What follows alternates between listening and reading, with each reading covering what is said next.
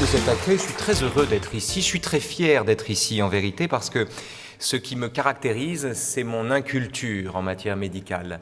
Mon incompétence est encyclopédique. Je sais à peine poser un pansement. J'ai un doute sur la localisation de l'estomac. Je me représente mes organes à la façon d'un enfant.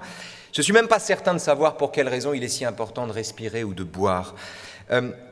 Et on me paye pour vous parler, en fait. Donc, si vous voulez vous en plaindre, vous aurez lieu de le faire. La seule compétence que je revendique, la seule compétence d'où je parle, d'où je suis en mesure de parler sans avoir trop le sentiment d'imposture, la seule compétence qui me semble légitime ici, c'est celle de patient ou d'accompagnateur. Je voudrais juste adresser aux organisateurs une recommandation. Est-ce que c'est possible d'éteindre ces télés ? Parce que sinon je parle devant moi, ce qui est un peu désagréable. Voilà, c'est à vous, comme c'est à vous que je parle et pas à moi. Je voulais savoir si c'était possible d'éteindre ça, je ne sais pas. Techniquement, vous savez faire ça ou pas ? Non ? Bon. Je vais donc regarder droit devant moi. Et je pars. Donc, vraiment, je veux dire, c'est un incompétent qui s'adresse à vous. Vous êtes, et sans mauvais jeu de mots dicté par l'actualité, vous êtes exactement les ministres de l'Intérieur. Et moi, je suis tout à fait... Voilà, je ne suis qu'un patient et le moins souvent possible. Je voudrais partir d'un lapsus d'Olivier Clarisse. Tout à l'heure, Olivier Clarisse a parlé du médecin pris entre des... Merci beaucoup. Magnifique, merci. Merci. A parlé du médecin pris sous des injections contradictoires. J'ai trouvé ça formidable. Hein. Dire injection pour injonction. Et c'est d'autant plus utile qu'au fond, mon propos, s'il fallait résumer mon propos, tient en peu de choses. L'enjeu est que l'injection ne soit pas vécue par le patient comme une injonction. C'est exactement ça. Je ne viens pas vous dire tellement autre chose. Alors, j'ai intitulé cette conférence entre le soin et la guérison parce qu'effectivement, ce sont deux pôles dont on peut parler en qualité de patient et qui, je crois, déterminent très profondément la relation du médecin et de son patient. Le soin et la guérison. Je partirai de la guérison. Quelques considérations d'abord liminaires et générales sur l'idée même de guérison. Je pense en le disant ne pas choquer qui que ce soit. La guérison est un objectif. La guérison est un but. La guérison est une conquête qui n'est en rien le retour à l'état qui précède la maladie. La guérison n'est pas le retour à l'innocence biologique, à aucun moment. La guérison transforme les plaies en cicatrices, nous rend plus forts faute de nous avoir tués, mais on ne peut pas parler ici d'un retour à l'innocence qui était la nôtre avant d'être affecté de la pathologie dont on s'est débarrassé. En cela, on peut dire de la guérison qu'elle relève d'une éthique du bonheur. Du bonheur au sens que les plus pessimistes pouvaient donner à ce terme, c'est-à-dire le bonheur, c'est la négation d'une souffrance antécédente. Le bonheur, c'est le caillou qu'on retire de votre chaussure. Ce que je veux dire, c'est que le souvenir du malheur détermine le bonheur présent. Si vous n'avez pas de caillou dans votre chaussure, vous ne serez pas particulièrement heureux de mettre vos chaussures. Mais si vous avez eu un caillou dans la chaussure, vous serez enchanté de ne plus le sentir. On peut très bien ne pas être heureux quand on est en bonne santé. Je connais des tas de gens à qui ça arrive. Mais il est impossible, à moins d'être un peu suicidaire, de ne pas être heureux au moins pour un moment quand on guérit de quelque chose. Alors, ma question, première question ici, toute simple. Pourquoi ne sommes-nous pas aussi heureux quand tout va bien que quand tout va bien alors que tout allait mal ? Le bonheur de la guérison tient paradoxalement à l'ombre portée qu'une maladie défunte dépose sur le présent dont elle a failli nous priver. De la même manière que le bonheur, donc, n'est pas d'avoir des chaussures confortables, mais de ne plus avoir un caillou dedans. L'idée de guérison, donc, a partie liée avec deux instances qu'il est, à mon avis, essentiel d'avoir en tête. Le but et le bonheur. La finalité et le bonheur. Et le second, le bonheur, dépend de l'obtention du premier. Quand il s'agit de guérir et de se battre pour ça, le bonheur est à la conclusion d'une victoire. Et donc, vous voyez, une éthique de la guérison fait dépendre le bonheur de la suppression du mal, et le bonheur qui dépend d'elle est en lui-même infiniment précaire et fragile. Toute personne, par exemple, c'est pas moi qui vais vous le dire, toute personne, mais en revanche, ça pour le coup je le sais, je l'ai vu, toute personne atteinte d'un cancer qui prend la rémission pour une guérison passe aisément d'un bonheur véritable à un malheur ensuite accru par le souvenir d'avoir été heureux et d'avoir cru un moment qu'il était tiré d'affaire. De façon générale, non seulement le bonheur est fragile, mais le bonheur est triste. L'expérience du bonheur, j'en appelle à l'expérience que chacun peut en faire. Avez-vous jamais été heureux les uns et les autres, sans qu'une petite voix vous dise à l'oreille « Dépêche-toi mon pote, ça ne va pas durer ». Est-il possible d'être heureux sans que l'inquiétude ne vienne immédiatement comme l'ombre du bonheur vous dire « Attention, attention, attention, pourvu que ça dure ou ça ne va pas durer ». Est-il possible d'éprouver le bonheur sans prendre conscience du bonheur qu'on éprouve et par là même redouter qu'il s'estompe? Et est-il possible de redouter que le bonheur s'estompe tout en restant heureux? Non, quand on redoute de plus être heureux, c'est qu'on l'est déjà plus. C'est La Bruyère qui disait « Vouloir ne plus aimer, c'est encore de l'amour. Vouloir aimer encore, ça ne l'est déjà plus. » Qu'est-ce que vous voulez que je vous dise? Débrouillez-vous avec ça. Vouloir ne plus aimer, c'est encore de l'amour. Vouloir aimer encore, ça ne l'est déjà plus. J'en reviens au bonheur. Le bonheur, donc, est inséparable, l'expérience que nous faisons du bonheur est inséparable de la crainte qu'en lui-même, ce bonheur s'estompe, qu'il s'achève. Et être heureux, c'est d'emblée savoir que le bonheur ne dure pas, et donc vouloir qu'il dure. Or, vouloir être encore heureux, c'est déjà ne plus l'être. En matière de bonheur, la fin du début, c'est le début de la fin. On l'envie, on s'ennuie, il s'enfuit. Alors, vous avez comme ça un personnage dans La Recherche du temps perdu, qui est un personnage merveilleux, qui s'appelle Madame Poussin. Et alors, Madame Poussin, on la surnomme Madame, tu m'en diras des nouvelles, parce que dès qu'une bonne nouvelle arrive, elle dit « Oula, mais plus tard !» Et elle a raison, elle n'a jamais tort. C'est l'avantage du pessimiste, si vous voulez, il n'a jamais tort. Le bonheur est un pessimisme. Le bonheur n'est jamais un présent, c'est toujours un chagrin. Soit parce que ça vient clore un chagrin, soit ça parce que ça l'annonce. Et de ce point de vue, il est intéressant de remarquer, et j'en terminerai avec le bonheur, mais c'est important parce qu'il est lié à l'idée de guérison. De ce point de vue, il est important de remarquer en termes d'histoire des idées que toute philosophie du bonheur, tout eudémonisme, l'épicurisme par exemple, pour ne citer que le plus connu, tout eudémonisme repose sur des postulats désespérants. Pourquoi Horace dit carpe diem? Parce que ça ne va pas durer. Pourquoi Ronsard recommande d'aller voir si la rose, etc. Parce que dans 2 secondes, la rose est fanée. Toute philosophie du bonheur, toute célébration du bonheur repose sur le sentiment que nous naissons par hasard dans un monde qui s'en fout, que la vie n'a pas de sens et que tout ce que nous pouvons faire ici, c'est prendre le maximum de bonheur dont on dispose dans l'intervalle dont on dispose et qu'il vous appartient naturellement de rallonger autant que possible. Une éthique de la guérison est donc une éthique du bonheur, ce qui pose des tas de problèmes puisque ça nous soumet à ce qui ne dépend pas de nous. J'en viens aux soins. Et le soin, de ce point de vue, me semble-t-il, est tout à fait différent. D'abord, à première vue, effectivement, ça commence moins bien quand on essaie de penser le soin en soi. Ça commence moins bien. Je veux dire, le soin n'est pas la guérison, même s'il l'accompagne parfois et joue un rôle de lieutenant essentiel dans l'éventuelle victoire finale. Mais ça n'est pas de ce soin-là que je vous parle en première instance. Le soin dont je veux vous parler ici, c'est le soin qui fait son deuil de la guérison. C'est le soin qui part du principe que l'individu qu'on soigne est quelqu'un qui ne guérira pas. Le soin dont je vous parle ne connaît ni l'espoir des rémissions, ni le goût de la conquête. Il s'agit d'une autre forme de soin. Si dans le cas de la guérison, l'enjeu est de se battre pour obtenir un changement radical de mon état, dans le cas du soin, l'enjeu est de se battre sans aucun espoir. Et de comprendre en se battant aux côtés de celui qui se bat, qu'une vie malade est encore une vie. Je veux ici vous parler de 2 figures qui relèvent de la mythologie et dont, à mon avis, l'évocation est conforme à ce diptyque du soin et de la guérison, ou plutôt de la guérison et du soin. Ces 2 figures, vous les connaissez. C'est la figure de Tantale et la figure de Sisyphe. Tantale, comme vous savez, Tantale est un personnage de la mythologie qui, pour avoir donné son propre fils en repas aux dieux, ce qui ne se fait pas, se voit condamné à passer l'éternité au milieu d'un fleuve et sous des arbres fruitiers. Mais, et c'est son châtiment, le cours du fleuve s'assèche quand il se penche pour boire, et le vent éloigne les branches de l'arbre quand il tend la main pour en attraper les fruits. C'est ce qu'on appelle le supplice de Tantale. Or, le supplice de Tantale est évidemment une métaphore de l'espoir. L'espoir, c'est-à-dire cette disposition du caractère qui n'en a jamais assez, qui ne se satisfait jamais de ce qu'il obtient et dont la fin est renouvelée par la réussite. Si la vie de Tantale est un enfer, ça n'est pas parce qu'il vit aux enfers et qu'il est condamné par les dieux, c'est aussi parce que la nature du désir qui est le sien, c'est-à-dire un désir insatiable, le condamne à vivre comme insatisfaisante chacune de ses réussites. Face à Tantale, vous avez la figure de Sisyphe.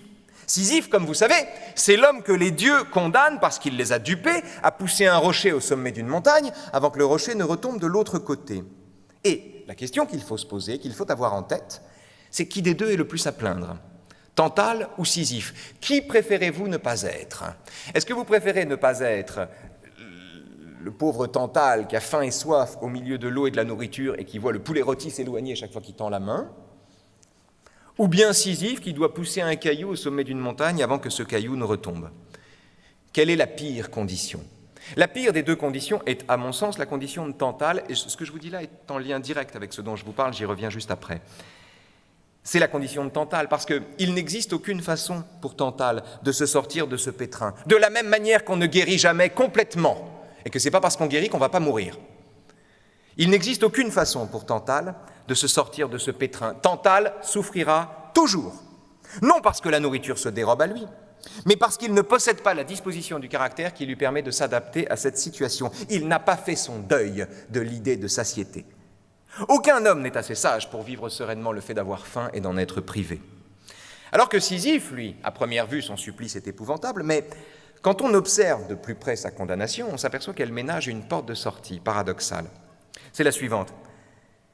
La porte de sortie de Sisyphe n'est pas dans l'arrêt du châtiment, ni dans la révocation de la condamnation divine. Ça, bien sûr que non, ça, c'est comme ça, les dieux ne peuvent pas se déjuger.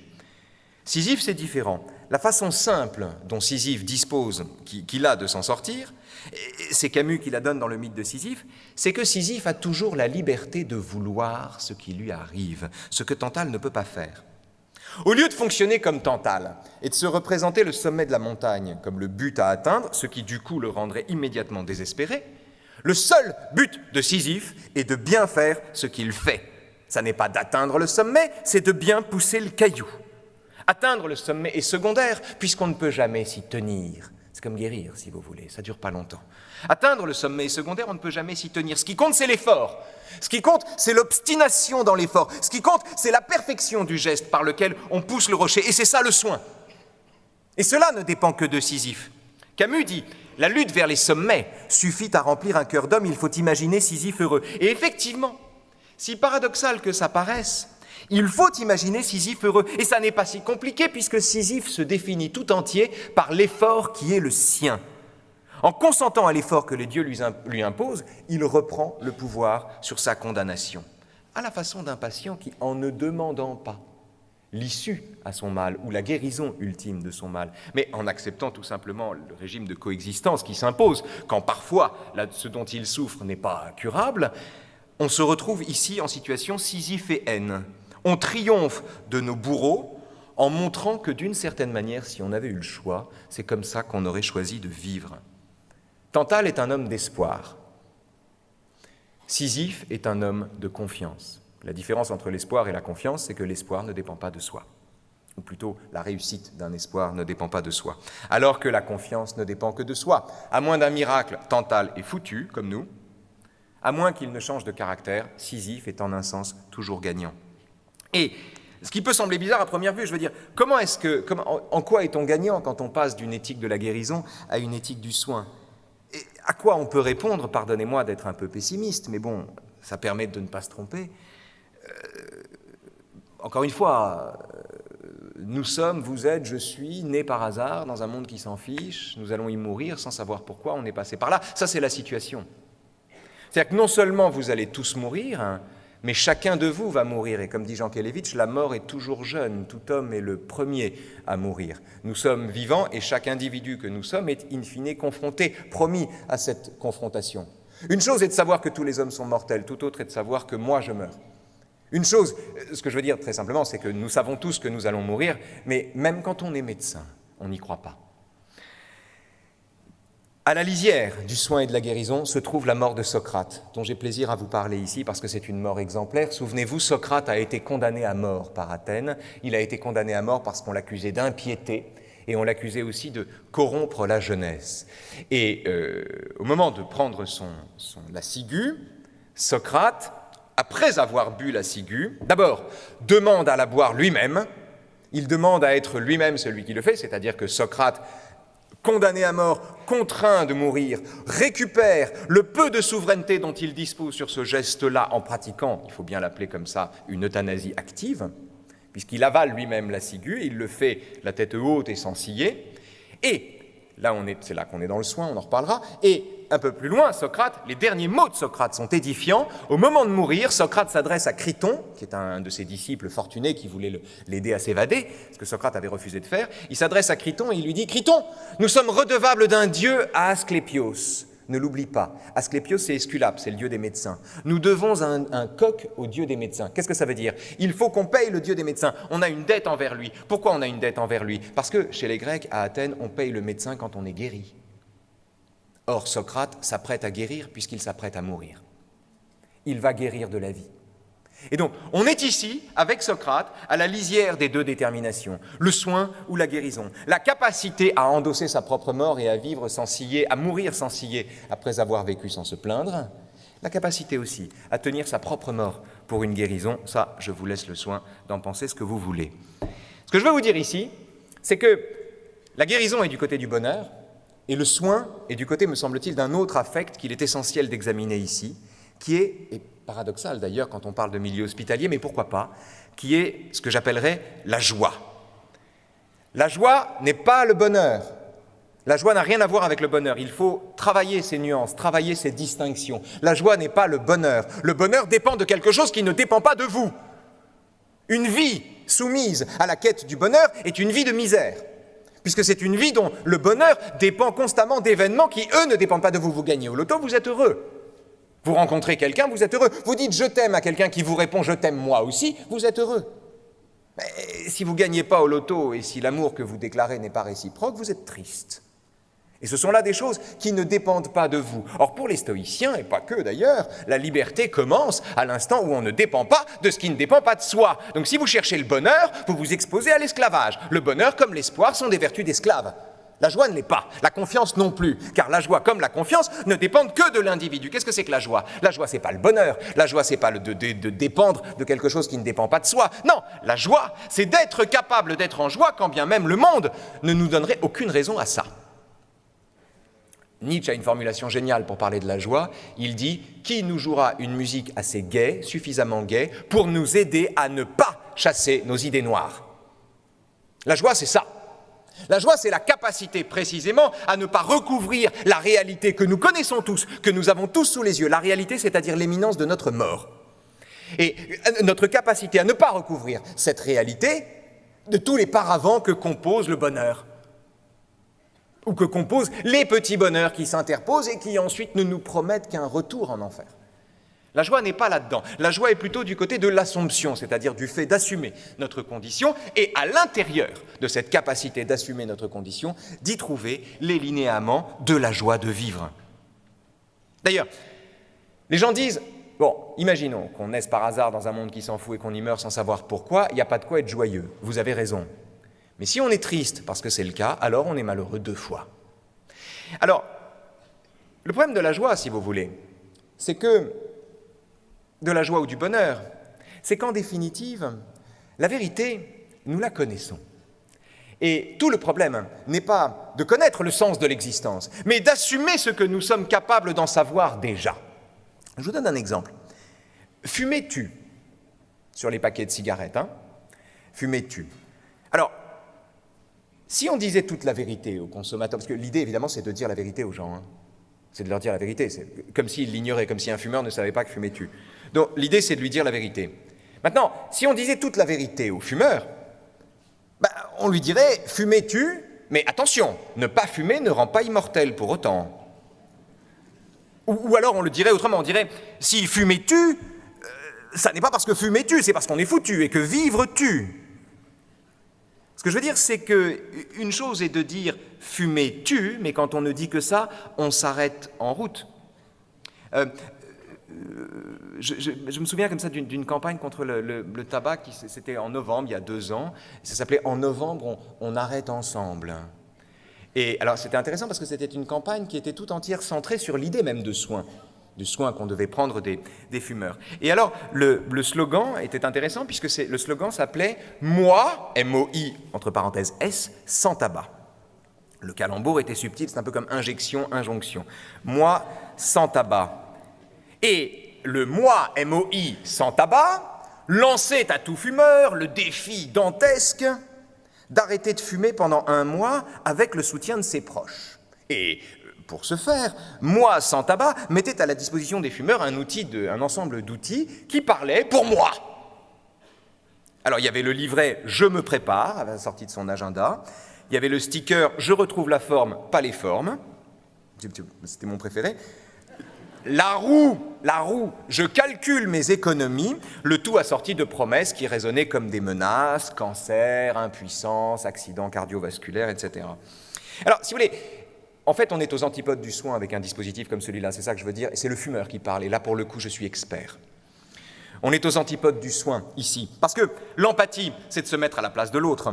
L'empathie, c'est d'écouter ce qu'il a à dire. Ici, c'est l'inverse. En disant « je » à la place du fumeur, on s'est substitué à lui. On a décidé pour lui. Et tout en prétendant être à son écoute, on l'a privé de parole. Si un fumeur pouvait parler, j'inclus évidemment dans la sphère des fumeurs les médecins fumeurs, qui sont infiniment nombreux et qui appliquent tous le proverbe d'Ovide « je vois le bien et je l'approuve, et pourtant c'est le mal que je fais ». Ce qui est très, très intéressant. Rien n'est plus intéressant que ce moment de dissonance cognitive du médecin fumeur. C'est absolument merveilleux. Il faut travailler ce moment-là. En général, c'est le moment qu'on recouvre avantageusement du silence qu'on fait en soi-même. On a dit pique-pendre de la cigarette. On est fatigué après une bonne journée de bons conseils. Il est temps de fumer une cigarette. C'est essentiel, ça, de prendre la mesure de ça. Non pas pour juger naturellement celui qui fume. Tout fumeur sait qu'il attrape le cancer. Tout fumeur sait que c'est mauvais, que c'est pas bien et qu'il ne devrait pas. Tout le monde le sait. Encore une fois, il ne suffit pas de savoir pour agir. De façon générale, il ne suffit pas de savoir pour croire ce qu'on sait. On sait qu'on va mourir, mais on n'y croit pas. On peut être médecin, on peut être cancérologue et gros fumeur. Et alors, si le médecin en question, d'ailleurs, pouvait parler en son nom au lieu qu'on le dise « je » à sa place, il dirait « je suis fumeur, je sais que je me nuis ». Je m'adonne délibérément, tous les jours, plusieurs fois par jour, à une activité que j'adore et dont je sais qu'elle me détruit. Mon vice aura ma peau en toute conscience. Vous me parlez de cancer, d'impuissance, de mauvaise haleine ou d'AVC, et vous ne m'apprenez rien, je le sais déjà. C'est comme ça. Et vous me cassez les oreilles à me dire que si j'arrête pas de fumer, je vais mourir, parce que je le sais déjà. D'ailleurs, vous aussi, vous allez mourir, alors ne faites pas trop les malins avec le rose imaginaire de vos poumons. Le fumeur est-il fou? Peut-être, le fumeur est fou. Mais moins que tous ceux qui croient moins que tous ceux qui croient ne jamais mourir en ne fumant pas. Le fumeur est contradictoire, certainement, mais moins que ceux qui prétendent lui rendre sa liberté en parlant à sa place. Alors, le fumeur est dans le déni, évidemment, bien sûr, mais en se suicidant à petit feu. Le fumeur joue avec sa vie, il plonge les yeux courageusement dans le vertige que le non-fumeur fuit du regard en se persuadant qu'il ne peut rien lui arriver tant qu'il ne fume pas. Autrement dit, le véritable danger qui nous attend, ça n'est pas la recrudescence des cancers. Le véritable danger, c'est que nos enfants soient condamnés à vivre dans un monde où il devient interdit de se nuire. Parce que ce monde-là est beaucoup plus dangereux qu'un monde où le fait de se nuire relève malgré tout du libre arbitre. J'en reviens à l'éthique du soin. Et ce que je voulais vous dire de l'éthique du soin. L'éthique du soin, c'est une éthique de la vulnérabilité. Car la vulnérabilité est notre condition. Le soin apparaît d'ailleurs avec les premiers gestes. Et la grande question qu'on se pose en général, la grande question du soin, de toute philosophie du soin, c'est pas un calembour pour le coup, mais c'est une question qui a deux entrées et qui est merveilleuse en soi. C'est à quoi tenons-nous? À quoi tenons-nous? C'est-à-dire, à quoi sommes-nous attachés, bien sûr, mais également, qu'est-ce qui nous fait tenir? Qu'est-ce qui nous permet de tenir? C'est la même question, et j'irai jusqu'à dire, c'est la même réponse. À quoi sommes-nous attachés et qu'est-ce qui nous fait tenir? À quoi tenons-nous? L'autre ambiguïté très intéressante autour de la question du soin, elle est soulignée par mon camarade Frédéric Worms, c'est l'ambiguïté autour du verbe « revivre ». Parce que revivre, c'est ressusciter, et revivre, c'est vivre à nouveau quelque chose, ce qui n'a rien à voir. Revivre, songez à ces ambivalences fécondes, tellement fécondes et si intéressantes, qui sont au cœur du soin. À quoi tenons-nous et revivre? J'en viens au fait que ce qu'une éthique du soin permet d'apprendre, je crois, ou en tout cas la raison pour laquelle il est si essentiel de travailler une éthique du soin, c'est que, d'abord, la maladie est inséparable de l'expérience vécue par le patient. Quand bien même il serait ignorant comme moi, il n'en a pas moins un corps. Le fait que je ne sache pas comment ce corps s'organise n'en fait pas moins de moi le dépositaire d'un corps et de ma propre maladie, l'expérience que je vis moi, l'expérience intransmissible que je vis moi et dont il faut tenir compte. Et puis, ça renvoie également au fait que la médecine n'est pas une science, à mon sens, mais un art. Le premier à avoir expliqué ça, c'est Aristote. Je veux 2 secondes sur enfin 2 minutes quand même, sur l'anthropologie d'Aristote, vous allez comprendre pourquoi c'est important. Aristote vivait il y a 2500 ans. La cosmologie avait encore des progrès à faire. Aristote pensait que la Terre était au centre de l'univers et que la Terre était cerclée par la Lune. Et il disait, l'orbite lunaire dessine 2 univers, un monde au-delà, qui est un monde sans matière, un monde de nécessité absolue, où les trajectoires sont parfaites et dont en somme il n'est pas grand-chose à dire. Un monde propice à la raison pure. Et puis, en dessous de l'orbite lunaire, notre monde, mêlé de matière, mêlé de temps, mêlé de déréliction, mêlé de vieillesse, mêlé de hasard. Et dans ce monde-là, dit Aristote, c'est-à-dire le monde des affaires humaines, dans ce monde-là, nous n'avons que faire de la raison pure. On a besoin d'une raison incarnée. On a besoin d'une technique adaptée. On a besoin d'une conscience de la singularité des cas de figure auxquels on a affaire. Et Aristote connaissait le meilleur exemple qu'il prenait dans ces cas-là, 2 exemples, la politique et la médecine. La médecine. Qu'est-ce que c'est que la médecine, sinon la singularité d'une relation? Un médecin qui, face à un patient, n'a pas le sentiment que ce qu'il y a de moins important dans la maladie, c'est l'homme, mais que l'individu qu'il a en face de lui est inséparable de la pathologie dont il se plaint, et inversement, réinvestit la singularité d'une relation qui est au cœur de toutes les anthropologies depuis 2500 ans. Nos affaires humaines ne relèvent pas de la raison pure, il n'y a pas de livre de recettes. La médecine n'est pas une science, et surtout pas une science exacte, et Dieu merci, c'est une science humaine. C'est même, de toutes les disciplines, celle qui mérite le plus de recevoir ce titre. Vous savez, en général, quand on parle de sciences humaines par rapport aux sciences exactes, on parle de ces sciences dont le matériau qu'elles se donnent étant un peu irrationnel, on n'arrive pas à tout prédire. L'histoire est une science humaine. Il n'y a que les marxistes pour penser que l'histoire est une science exacte. L'histoire est une science humaine. L'économie est une science humaine. Il n'y a que les libéraux pour penser que c'est une science... Enfin, peu importe. L'histoire est une science humaine, l'économie est une science humaine, le matériau auquel nous avons affaire est un matériau aléatoire, c'est un matériau délicat. Eh bien, aucune discipline ne reçoit mieux l'appellation de science humaine, d'humaine science, que la médecine. Tout le savoir dont vous disposez ne mérite pas 1 heure de peine si, face à quelqu'un dont la pathologie est absolument singulière, puisque c'est lui et pas un autre qui l'éprouve, puisque c'est lui et pas un autre qui a peur de mourir, si ce savoir-là ne peut pas être investi auprès de cet individu-là. On est avec la médecine dans des questions singulières, c'est-à-dire à la fois uniques et bizarres. On est avec la médecine confronté à la difficulté d'une pathologie objective qui doit être d'abord vue, vécue, perçue et comprise par le médecin comme une expérience vécue.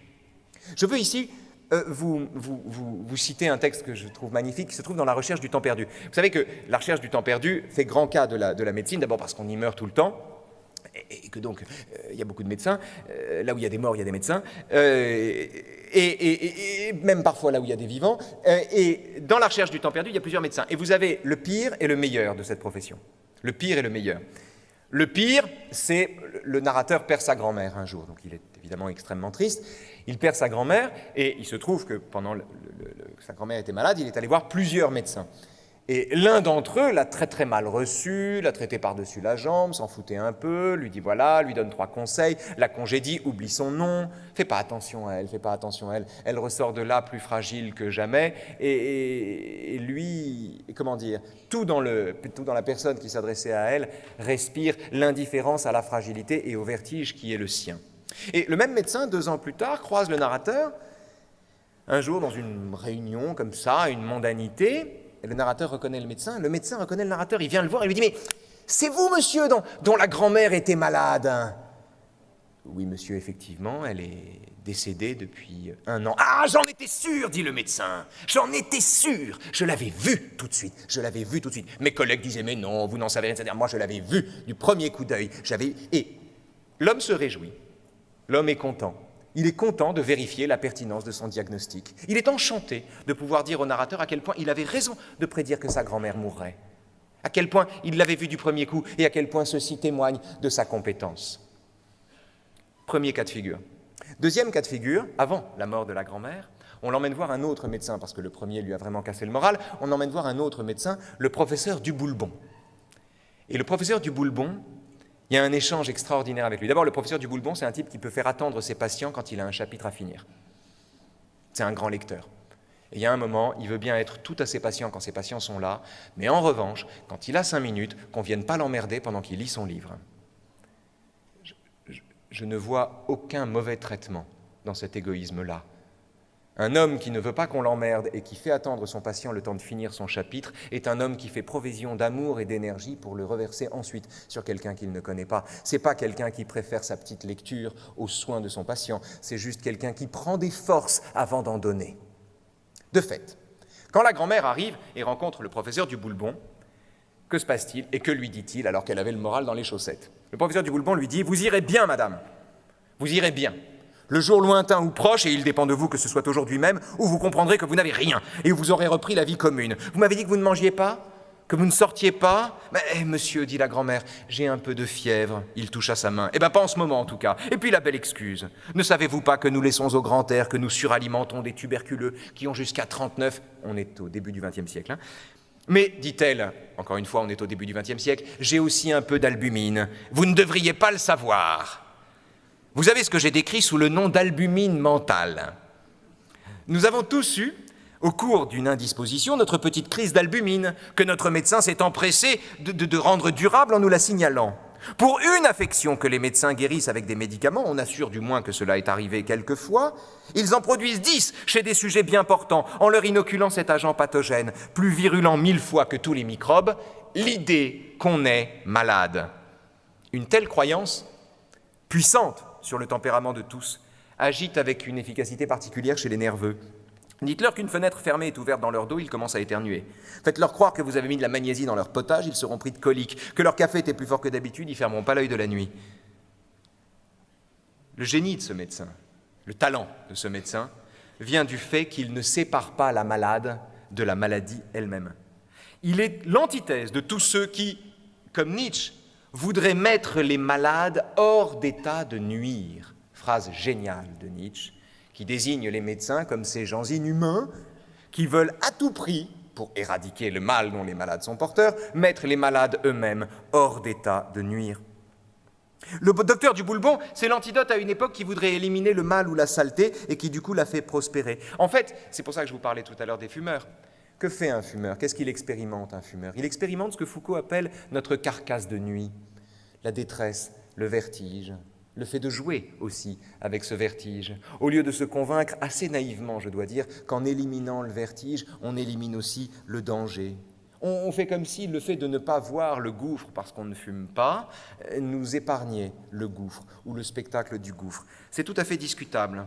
Que fait le docteur du Boulbon? Il ne dit pas la vérité à la dame, il lui dit juste qu'elle a besoin de savoir pour aller moins mal. Il lui rassure, sans lui mentir, ni lui dire toute la vérité. On est ici dans l'intervalle infiniment compréhensif qui sépare le dogme d'une vérité radicale d'un affreux mensonge. C'est l'intervalle du soin.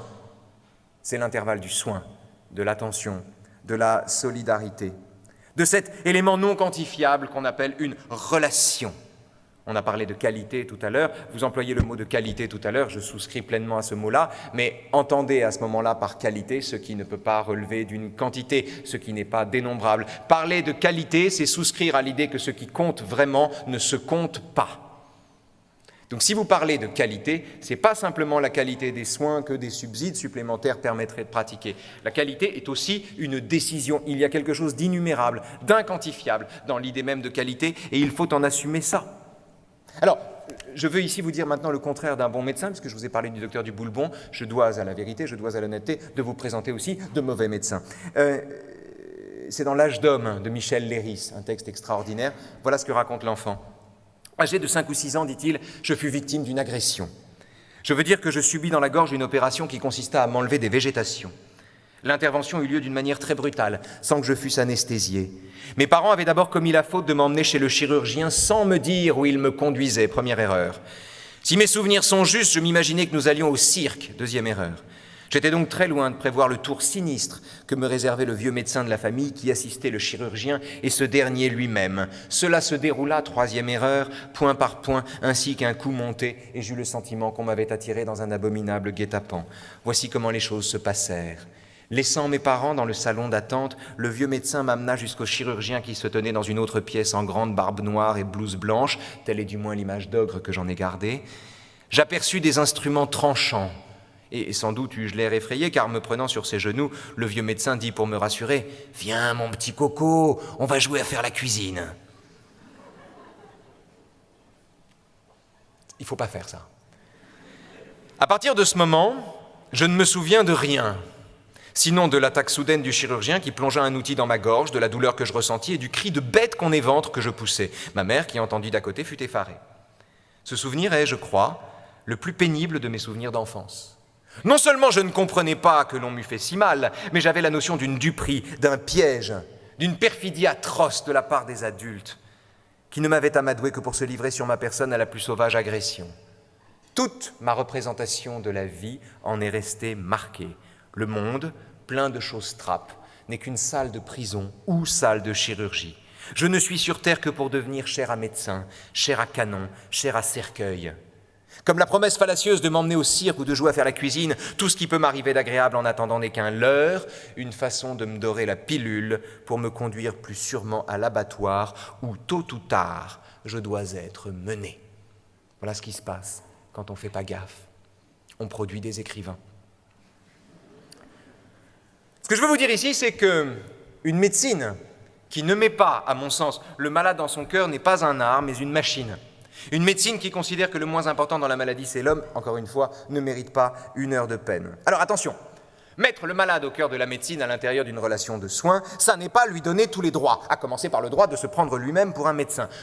Nous vivons une époque intéressante de ce point de vue, puisque vous savez que le grand paradoxe de nos démocraties, c'est de confondre l'égalité des droits et l'équivalence des compétences. Nous avons, vous et moi, des droits égaux, mon opinion vaut la vôtre, et quand je vote, ma voix compte autant que la vôtre. Nos compétences ne sont pas du tout égales. La différence entre vous et moi, c'est que vous pourriez tous faire de la philo, je serais incapable de faire ce que vous faites. Nous n'avons pas les mêmes compétences, c'est pas possible. L'égalité des droits est une chose, l'équivalence des compétences en est une autre. Mais, comme on confond le droit et le devoir, on considère que finalement, nous avons tous des compétences égales puisque c'est notre droit. Le résultat de ça, c'est qu'on a des patients qui vont voir le médecin et qui leur font la morale parce qu'ils ont passé 7 minutes sur Doctissimo. Et ça, c'est un problème démocratique. C'est un problème démocratique considérable parce qu'on fait comme si le réel devait se soumettre à l'idée qu'on se fait du bien ou de l'égalité. L'égalité commande que chacun ait les mêmes compétences. Et le résultat, c'est qu'on se nuit à soi-même en abusant des compétences qu'on se pique d'avoir au nom d'un droit.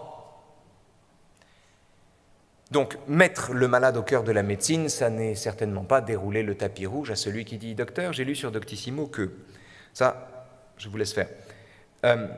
C'est comme les élèves, si vous voulez, en cours de philo, qui lèvent la main pendant que vous parlez de Socrate et qui disent « Pardon, monsieur Socrate est mort à 71 ans, pas 70. »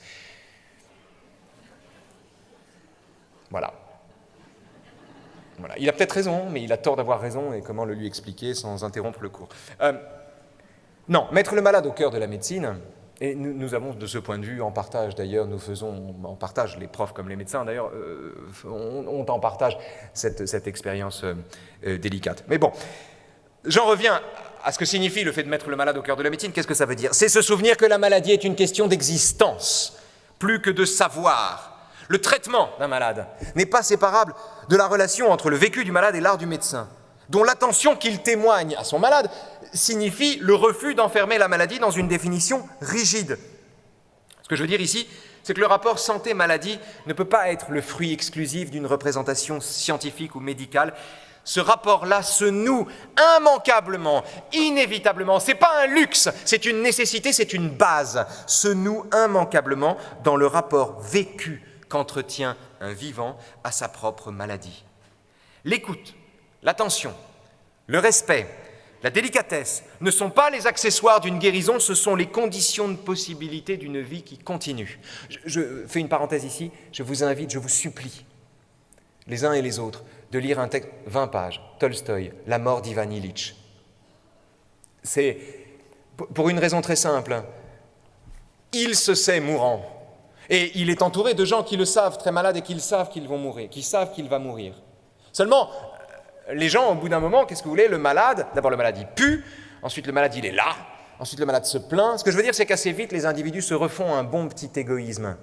Et lui, Ivan Ilitch, il reste confronté à son vertige, à son désarroi. Et le décalage entre la façon dont les gens s'accoutument à la maladie de l'autre et la façon dont l'autre ne s'accoutume pas du tout à sa propre maladie est une leçon merveilleuse, en particulier quand on a charge d'âme. Et vous avez charge d'âme puisque vous avez charge de corps.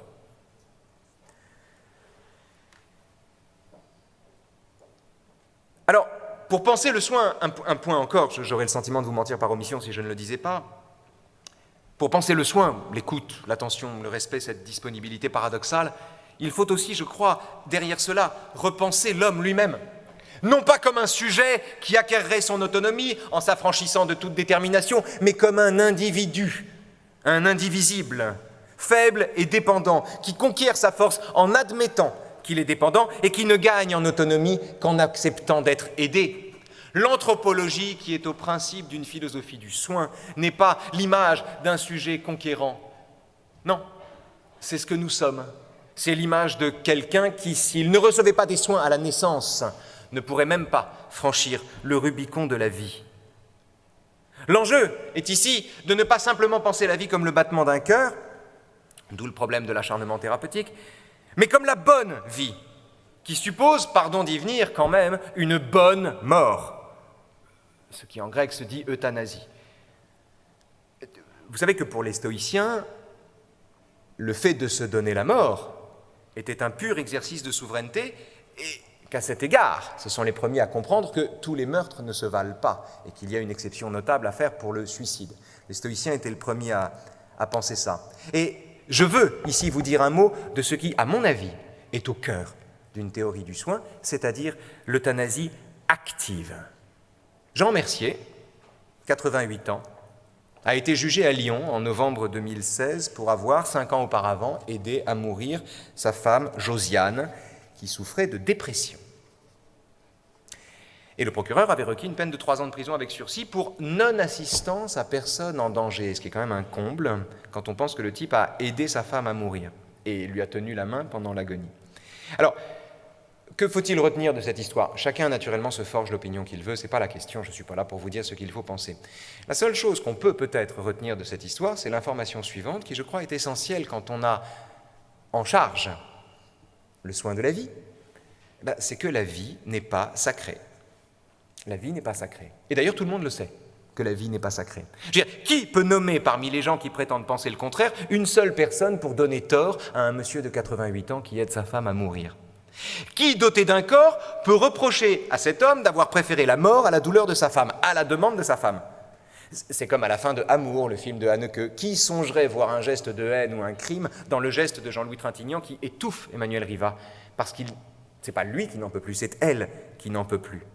Ici, la non-assistance à personne en danger de mort, enfin je veux dire, le crime ici, c'est de ne pas assister une personne en danger de mort dans la vie.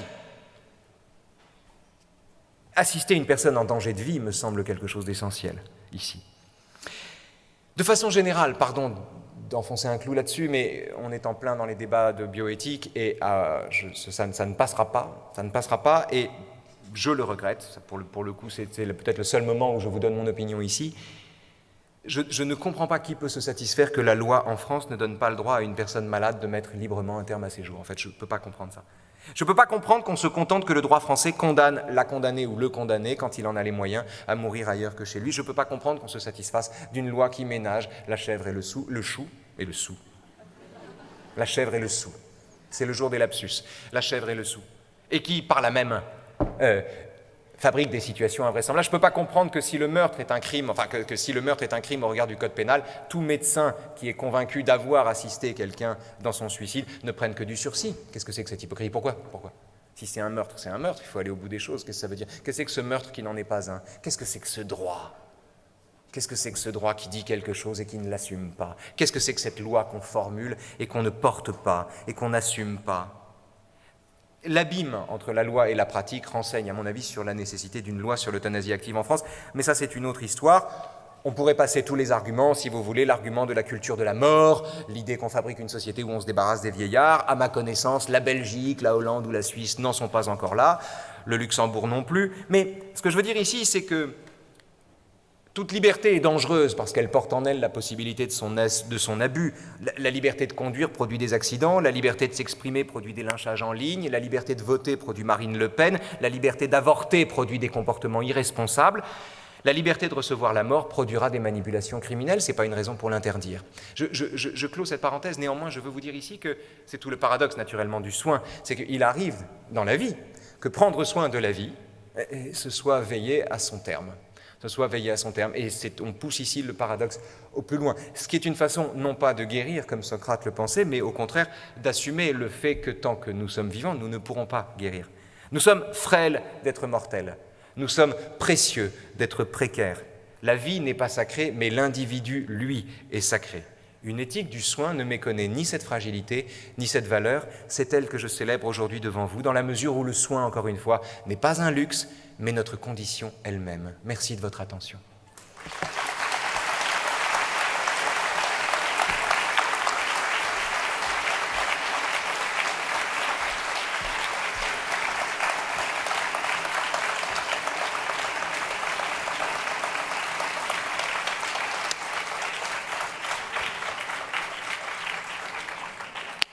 Merci à vous. Y a-t-il des questions dans la salle? N'hésitez pas, ne soyez pas effrayés. C'est possible de poser des questions à Raphaël Enthoven. Levez la main, il y a 2 personnes qui vont venir. Sinon, après, on va fumer une cigarette ensemble. Voilà. Il y a des micros si jamais, mais on attend simplement de voir qui ose. Bien. Non, personne n'est en désaccord avec ce que j'ai dit là. Ça me réjouit. Voilà, si Gabriel Nisange, on vous passe un micro. J'ai cru déceler comme un paradoxe entre le médecin qui fait bien en cachant la vérité à la grand-mère et le médecin qui ne fait pas bien en ne la cachant pas, non, c'est dans l'autre sens, en ne la cachant pas à l'enfant. Quand est-ce qu'il faut cacher la vérité, ne pas la cacher? Toutes les situations sont critiquables. Merci, vous avez absolument raison. En vérité, l'exemple que je prenais, je ne le prenais pas pour dire que l'intervalle du soin était de mentir à la dame et de lui dire qu'elle ne risquait rien ou qu'elle irait très bien, etc., etc. C'était de lui dire, si vous voulez, je voudrais vous donner un autre exemple. Par exemple, le laboureur et ses enfants de La Fontaine. Je vous réponds. Hein. Le laboureur et ses enfants. Le laboureur va mourir. Et il convoque ses enfants, il les fait venir et leur parle là sans témoin. Et que dit le laboureur à ses enfants? Il leur dit, le champ, notre champ, mes enfants, contient un trésor. Retournez le champ, fouillez, fouillez, fouillez, vous allez voir, vous allez le trouver, ça va être génial. Le père meurt et les enfants, déférant naturellement aux ultimes volontés du père, fouillent, retournent, sarclent, binent, etc., etc. De trésor, point, évidemment. Mais le père fut sage avant sa mort de leur montrer que le travail est un trésor. Autrement dit, c'est par un pieux mensonge qu'il leur donne confiance en eux. C'est ça que je veux vous dire ici. C'est par un pieux mensonge qu'il leur donne confiance en eux. C'est-à-dire que ça n'est pas un mensonge. Le père dit aux enfants ce que les enfants ont besoin d'entendre pour adopter face à l'existence la seule attitude qui convienne, c'est-à-dire être les héritiers non pas d'une fortune, mais les héritiers d'un courage ou d'un geste, qui est la seule bonne façon de vivre. Il a besoin, pour susciter ce comportement, de leur raconter quelque chose qu'ils sait faux, mais qu'eux-mêmes ont besoin d'entendre pour adopter ensuite l'attitude qu'il faut avoir. C'est en cela, si vous voulez, qu'il serait injuste, à mon avis, ou trop strict de parler de vérité ou de mensonge. Je parlerai davantage de souplesse, de bonne façon de parler. Vous avez vu Matrix, le film? Vous voyez à peu près? Je le dis pour ceux qui l'ont vu, quand Néo, Morpheus, etc. vont voir l'oracle, hein, et que l'oracle est censé dire si Néo est bien l'élu ou pas, elle lui dit « Je suis désolé, mon grand, t'es pas l'élu ». Or, il est l'élu, mais il avait besoin d'entendre qu'il ne l'était pas pour réussir à accomplir les gestes qui lui permettaient de le devenir. On est ici dans un rapport de... C'est une relation. Ce qu'on dit est inséparable de la façon dont c'est entendu. Et c'est en cela qu'il ne s'agit pas de célébrer le mensonge ou bien d'applaudir à la vérité à tout prix, mais de trouver l'intervalle et la parole qui correspond à la singularité qu'on a sous les yeux. J'ai un ami qui a découvert début juillet qu'il souffrait d'un glioblastome type 4. Voilà. Bon. 3 lapsus, une IRM de confort, 62 ans et blanc. Il découvre ça. Ce qui était étonnant, c'est que Donc au début, il dit, c'est quand même bizarre parce que je me sens très bien. J'ai juste un peu des trous de mémoire ou j'ai un peu de migraine, mais je me sens très bien. Et puis arrive le rendez-vous préparatoire pour l'opération, etc. Et le médecin lui dit, vous savez, monsieur, on va vous opérer, mais vous avez un glioblastome de type 4, c'est une tumeur profonde, agressive, invasive, on n'a jamais trouvé la solution. Le maximum, la durée médiane de vie, c'est 16 mois. Vous avez entre 6 mois et 2 ans de vie devant vous, en fait, donc profitez, quoi.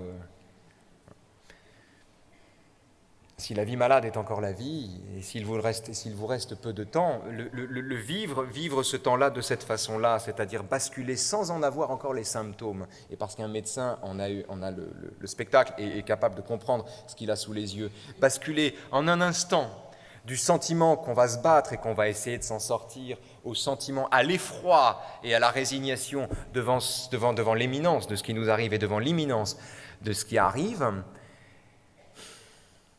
ne me semble pas une bonne façon de fonctionner. Je ne sais pas, il ne m'appartient pas de dire comment un médecin aurait dû parler à la personne qui reçoit ça. D'abord, ce qu'il aurait dû lui dire dépend du caractère même de la personne, de ce qu'elle était elle-même capable d'entendre. Ce que je sais, en revanche, c'est que depuis ce jour-là, la totalité des traitements qu'il prend, chimio, radio, etc., tout ça est indexé sur le sentiment que de toute façon, ça ne sert à rien. Et ça n'arrange pas les choses. Ça n'arrange pas les choses. Et si je dis que la vie malade est encore la vie, c'est parce qu'il existe une façon de s'occuper des malades qui permet de maintenir chez eux une capacité normative, précisément, et de continuer, précisément, à vivre. Or, sa vie s'est arrêtée avant que sa vie ne s'arrête, quand il a entendu un médecin lui dire de façon assez désinvolte, je dois dire, « Monsieur, franchement, un glioblastome, monsieur. » C'est la première fois qu'il entendait ce mot. Et soudain, ce mot-là signifiait l'imminence de sa mort et le fait qu'il n'avait plus que quelques mois devant lui. Il ne s'agit pas de sacraliser la vérité, il ne s'agit pas de vanter les vertus du mensonge. Je ne défends ici qu'un seul point de vue, c'est celui d'une relation absolument singulière et l'impossibilité dans laquelle nous nous trouvons d'entretenir un rapport univoque à la question de la vérité ou du mensonge. On est dans le soin, on est dans l'intervalle du soin, on est dans l'intervalle antithéorique du soin, résolument pragmatique du soin. On peut toujours se poser des tas de questions sur le bon usage de la vérité, le bon usage d'un mensonge, etc., faire des dissertations là-dessus, il n'y a pas de problème. Mais quand il s'agit d'une personne, d'un individu et de ce qu'elle est en mesure d'entendre, de la dose d'énergie dont elle dispose et de la dose de vérité dont elle est capable, quand il s'agit de ça, il n'y a aucune réponse. La seule réponse, c'est celle qui vient à un individu face à un autre individu. C'est ça que je veux dire en fait. Et c'est en cela que c'est difficile et que l'école du soin est une école, c'est comme la jurisprudence si vous voulez. C'est une école où vous n'apprenez pas un savoir objectif, c'est un jugement réfléchissant, c'est pas un jugement déterminant. Vous ne savez pas à l'avance, ça n'est écrit nulle part ce qu'il faut répondre. Ce qu'il faut répondre n'est écrit nulle part. Mais ne pas savoir répondre a des conséquences terribles. Mais ça pour le coup, c'est votre croix. Mais c'est une responsabilité... voilà. D'autres questions, monsieur, là-bas? Et je crois qu'il y a une troisième personne ensuite. Tout au fond, c'est bien ça? Monsieur avec une sacoche bleue, vous levez la main? Très bien. Alors, monsieur d'abord, et je vérifiais jusqu'après vous, il y a une troisième question. Monsieur, je vous en prie. Merci beaucoup pour votre propos qui était centré sur le colloque singulier, finalement, sur l'individu. Ici, on parle peut-être plus de population. Et je me demandais quel était votre avis sur le médecin qui n'est pas dans ce colloque singulier, pas dans le soin au quotidien, mais qui va penser, qui va compter, qui va organiser le soin et la santé, comme par exemple la plupart des médecins de santé publique. Est-ce qu'il doit devenir philosophe? Vous savez, tout le monde est philosophe. Il suffit de savoir qu'on va mourir et c'est bon. C'est prof de philo qui est difficile et qui demande de bosser. C'est moins long que l'internat, mais il faut bosser quand même. Non, le seul danger, je trouve, si vous voulez, l'ennemi, pour moi, c'est une phrase de Camus, mais je me sens bien, l'ennemi, c'est l'abstraction. L'ennemi, c'est la logique. L'ennemi, c'est de mettre les choses à distance, de telle sorte qu'on puisse en parler sans que ce soit douloureux pour soi. Et en cela, c'est comme les professeurs, par exemple, les plus gradés à l'université, vous savez, c'est le paradoxe à l'université, plus vous êtes gradé, plus vous avez de travail administratif. On pourrait penser que l'obtention des grades vous débarrasse des travaux administratifs. Au contraire, plus vous montez dans la hiérarchie sorbonnarde, plus vous récupérez des dossiers à gérer, des trucs, etc. Le risque c'est celui de l'abstraction, c'est celui de la mise à distance, en fait. Le risque, c'est que dans le calcul ou dans l'organisation synoptique des comportements, dans le panorama du milieu hospitalier, n'entre jamais, finalement, dans le calcul d'un panorama, n'entre jamais le souvenir de ce qui s'y passe aussi. Je vous ai dit tout à l'heure, chacun sait qu'il va mourir et personne n'y croit. C'est pas rien de penser ça. C'est-à-dire que une chose est ce que nous savons, et ce que nous savons n'a aucune valeur tant que nous n'avons pas vécu, incarné ou éprouvé ce que nous savons.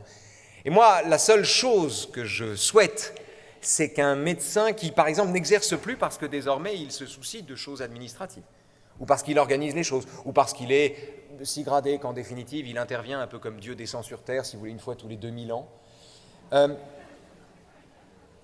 Mon souci, c'est la victoire de l'abstraction. C'est la victoire de l'abstraction, c'est le sentiment que les individus auxquels nous avons affaire sont interchangeables parce qu'on a oublié la singularité d'une relation ou parce que soi-même on n'est pas suffisamment malade pour savoir ce que ça signifie. Je ne peux pas vous le dire autrement, le danger c'est l'abstraction. Parce que par définition, ce qui est abstrait n'existe pas. C'est un prof de philo qui vous dit ça, mais c'est un calvaire pour moi aussi, mais c'est comme ça. Monsieur tout au bout, je vous avais dit que vous passeriez après, et puis on prendra une quatrième question, une deuxième question de Gabriel Nizan après. Monsieur, je vous en prie, vous avez un micro. Merci. Oui. Monsieur Enthoven, je voulais revenir sur la parabole du fumeur, Oui. sur laquelle on est venu tout à l'heure, et notamment sur la grille de lecture avec laquelle vous jugez de la campagne du mois sans tabac. Puisque finalement, vous centrez un petit peu le propos sur la question de la liberté du fumeur, alors qu'à mon sens, l'enjeu est tout autre. Le premier, c'est un enjeu de santé publique et non pas de santé individuelle, puisqu'il faut savoir qu'au-delà de la santé du fumeur, il y a quand même la santé de son entourage et des non-fumeurs et fumeurs qui sont exposés à la cigarette. C'est quand même 3000 morts par an, il me semble, le tabagisme passif, pardon. Et de la même façon qu'on n'envisagerait pas d'arrêter de faire de la prévention routière pour la sécurité routière, il me semble que là, on est plus face à un enjeu de santé publique et donc d'ordre public que de liberté individuelle, précisément. Ensuite, vous êtes face à un public de managers en santé. Et donc une question qui est très présente aujourd'hui, c'est celle de la pertinence des soins. Et finalement, le premier soin non pertinent, c'est le soin qu'on aurait pu éviter par un acte de prévention. Et donc je comprends bien qu'on puisse critiquer l'approche culpabilisante en disant « fumez-tu ». Mais quand les médecins sont face à des gens qui sont malades, qui sont en souffrance et que finalement on va leur répondre mais finalement cette situation est la conséquence de vos choix, assumez-les, c'est un petit peu compliqué. Donc il me semble qu'il relève bien de la responsabilité des pouvoirs publics que de mettre en garde les citoyens sur les risques qu'ils encourent, puisque bien sûr il n'est pas question aujourd'hui d'interdire aux gens de fumer. C'est simplement qu'on les prévient et qu'on les éclaire sur les conséquences de leur choix. Merci, monsieur, de cette excellente question qui en contient plusieurs. Je vais essayer de vous répondre. Je suis pas loin d'être d'accord avec vous, d'ailleurs. Mais pas complètement. D'abord, vous parlez d'un enjeu de santé publique. Vous dites, c'est pas simplement la liberté individuelle. Reste que la forme prise par le tract, c'est je. Je me contrôle moi-même, je fais attention à mes clopes, je téléphone à mon médecin si j'ai envie de fumer, je prends des muscles et pas des kilos. Enfin, je veux dire, c'est je. C'est le jeu. On parle au nom de l'individu. Donc, c'est le premier point. Si l'enjeu est un enjeu de santé publique, en l'occurrence, c'est un enjeu qui passe par un jeu, si vous voulez. Et le jeu en question, c'est le jeu du fumeur, c'est le jeu individuel. La question de la tabagie passive, alors la question de la tabagie passive, je fais une parenthèse ici, je ne sais pas comment vous calculez le nombre de morts causée par la proximité avec la cigarette. Je n'ai jamais compris comment on calculait ça. Je suis vraiment curieux de savoir comment on peut évaluer à l'unité près le nombre de morts non-fumeurs contaminés par la proximité d'une fumée. Je voudrais savoir comment ça marche. Je n'ai jamais compris. Je serai le premier à changer d'avis sur cette question si on m'explique qu'il est aisé de le calculer. Donc, je ne peux pas vous répondre sur la tabagie passive. En revanche, votre comparaison avec la prévention routière est intéressante. De quoi s'agit-il en matière de prévention routière comme en matière de prévention tabagique? Prévention routière, vous dites, si vous roulez trop vite, vous êtes dangereux. Prévention du tabac, vous dites, si vous fumez trop, vous allez attraper un cancer. Je vous demande pardon, mais l'abruti qui ignore ces deux choses-là est rarissime. En fait, j'en connais pas. Je connais personne qui ignore qu'en accélérant, il met en danger les autres. Je connais personne qui ignore qu'en fumant trop de cigarettes, il se met lui-même en danger. Je ne connais personne qui ignore ça. Donc ce que les pouvoirs publics apprennent aux consommateurs de cigarettes, c'est ce qu'ils savent déjà. Et c'est dans le cadre de cette maïeutique qui consiste à vous apprendre ce que vous savez déjà que je trouve qu'il y a une certaine forme de malhonnêteté dans le fait à ce moment-là de ne pas tout dire, puisque l'enjeu est de nous apprendre ce qu'on sait déjà. Que savons-nous déjà? 1, que fumer tue, 2, que ne pas fumer ne rend pas immortel. Donc, disons tout puisqu'il faut dire quelque chose, puisqu'il s'agit de ne pas... Et alors, l'entreprise culpabilisatrice qui consiste à dire aux individus « si vous fumez, vous allez mourir », met un peu les pouvoirs publics dans la position des parents, si vous voulez. Quand un enfant se brûle la main et que son père vient le voir et lui dit « mais je te l'avais bien dit », au fait de s'être brûlé la main, s'ajoute la rage d'entendre quelqu'un vous dire « mais je vous l'avais bien dit ». Rien n'est pire pour un enfant de s'entendre dire ce qu'il sait déjà et qu'on lui avait déjà dit. C'est comme l'hypocondriaque, si vous voulez, qui met sur sa tombe « je vous l'avais dit ». Vous voyez, bon. Ok, super, à ce compte-là, c'est facile d'avoir raison, si vous voulez. Donc, je n'aime pas... Et alors, sur le parallèle avec la prévention routière, c'est intéressant. Par exemple, chacun ses méthodes. Sur la prévention du tabac, on se représente... Alors, on a des coupes de poumons noirs, des langues, là. Il y a surtout cette photo extraordinaire où on a l'impression que le type a un collier de lasagne, là. Et alors, le pire dans la photo, c'est les petits poils de barbe qui passent par-dessus et qui se reposent délicatement sur les lasagnes. Et... on montre ça et on lui voit un peu du visage, enfin ce qui reste du visage, qui n'est pas enlasagné, si vous voulez. On lui voit un peu du visage. Tout ça est destiné naturellement à montrer, on est comme saint Thomas, on sait qu'on va mourir, mais on n'y croit pas tant qu'on ne le voit pas, donc c'est bien de nous le montrer. Le problème, c'est que comme Jésus le dit à saint Thomas, il faut croire sans avoir vu.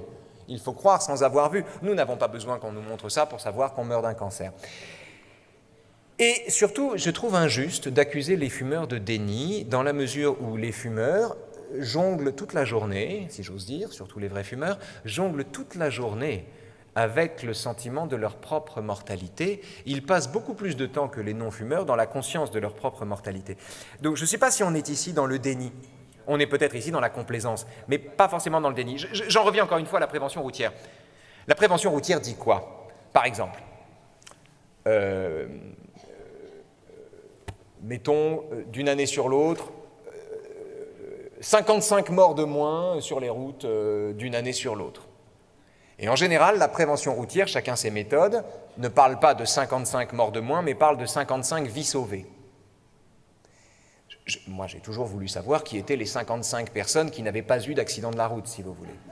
Qui sont les 55 personnes qui ne sont pas mortes? Quand vous allez sauver quelqu'un, si vous avez 55 personnes coincées dans l'Himalaya et que soudain on va les sauver, on aura un reportage sur elles, on voudra les connaître, on connaîtra leur identité, leur histoire, on fera des films avec les vies sauvées. Et là, 55 vies sauvées, mais c'est qui les vies sauvées? Ce sont des fantômes, les vies sauvées. Et ça, c'est une méthode de la prévention routière qui est extraordinaire, qui consiste à présenter les morts en moins comme des vivants en plus. On fait comme si ne pas tuer était l'équivalent de donner la vie. On donne à la prudence au volant la puissance quasi christique de ressusciter ou de donner le jour à des individus qui n'étaient pas là jusqu'ici. Ce qui est une façon de faire entrer dans nos petites perceptions, c'est-à-dire dans un système infraconscient, le sentiment qu'en ne tuant pas, on donne la vie. De la même manière qu'en ne fumant pas, on préserve sa vie. Je ne sais pas où est la lucidité. Si la lucidité est chez celui qui n'est pas dupe des procédures publicitaires destinées à le mettre en situation de culpabilisation ou bien de rédemption christique, ou si la lucidité est dans le fait de dire, ce que chacun sait, que quand on conduit moins vite, on ne tue pas. De façon générale, ces problèmes-là, il faut bien comprendre une chose, c'est que ces problèmes-là sont insolubles.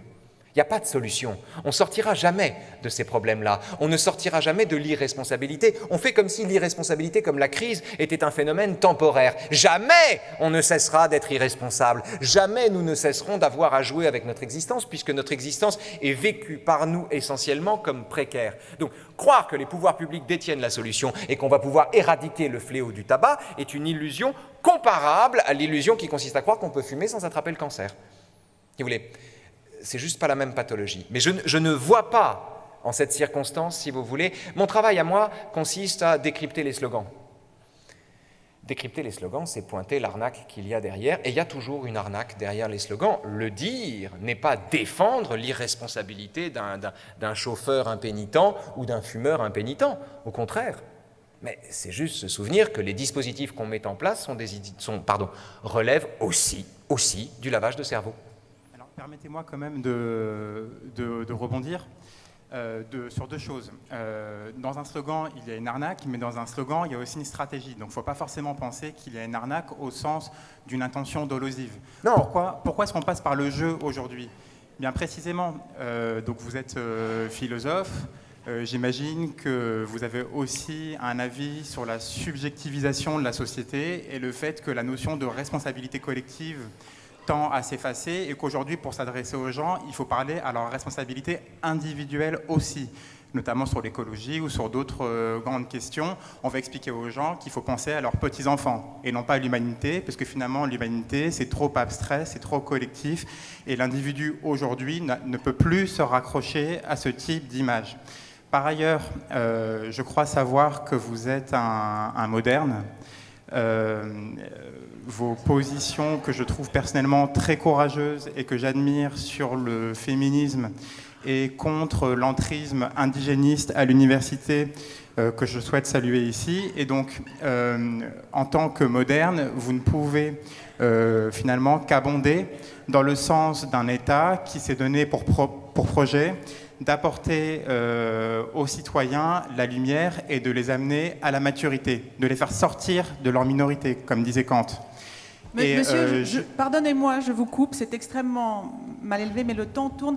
Est-ce que je peux vous demander d'arriver à la question que vous souhaitez poser à Monsieur Enthoven, parce qu'on a Est-ce que vous pensez que les retard. personnes qui n'ont pas forcément toute l'instruction et le recul sur leur santé n'ont pas le droit aussi à une information éclairée, et notamment les plus jeunes, et notamment dans certains territoires où autour du tabac se jouent aussi des enjeux culturels qui occultent les enjeux de santé? Je suis prof, monsieur, c'est votre cheval de bataille est le même que le mien. Je pense que je crois aux vertus de l'extension de la culture, c'est-à-dire aux vertus également de l'extension de l'art de penser contre soi-même.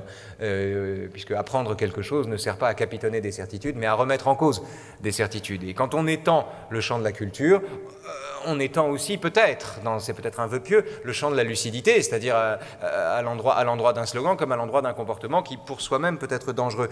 Je ne suis pas certain, si vous voulez, qu'une cause publique ait jamais convaincu un individu d'arrêter de se nuire. En général, c'est un peu comme quand vous parlez de réchauffement climatique au type qui jette sa clope dans le caniveau, si vous voulez. Il a du mal à faire le lien. Ou c'est comme si vous parlez de, je sais pas moi, du grand système carniste qui produit des abattoirs et qui torture les animaux, au brave gars qui va manger un McDo ou qui va manger une entrecôte à la terrasse d'un restaurant. On a du mal à faire le lien. C'est comme si demain matin, Jérôme Kerviel expliquait au type qui fait un chèque qu'il participe par le chèque qu'il a fait à un brave commerçant du vaste système général d'arnaque de la finance mondiale. C'est peut-être vrai, mais la distance redevient abstraite, si vous voulez. Considérer qu'en fumant soi-même une cigarette, c'est à la société entière qu'on nuit, est à mon avis une entreprise qu'il est trop long de faire entrer dans les consciences. La somme de lucidité, pour le coup, que vous exigez de quelqu'un me semble excessive. Je ne suis pas certain. Bon. D'autant que, quand on a voulu, historiquement, remplacer les principes par les calculs de nos intérêts, les premiers à l'avoir fait, souvenez-vous, C'était en 1975, au moment des débats sur la loi Veil, le Front National avait fait une pancarte qui s'appelait « Songez à vos retraites ». C'était extraordinaire. Ils avaient renoncé, évidemment, sur le principe de la vie et de la mort, etc., la vie sacrée, parce que la clientèle était déjà un peu déchristianisée. Mais en revanche, songez à vos retraites, ils se sont dit là, ça va marcher. Ben non, songez pas à vos retraites. Avortez si vous en avez envie, puisque la loi vous le permet. Vous voyez ce que je veux dire? Il y a un moment, bon. Merci beaucoup.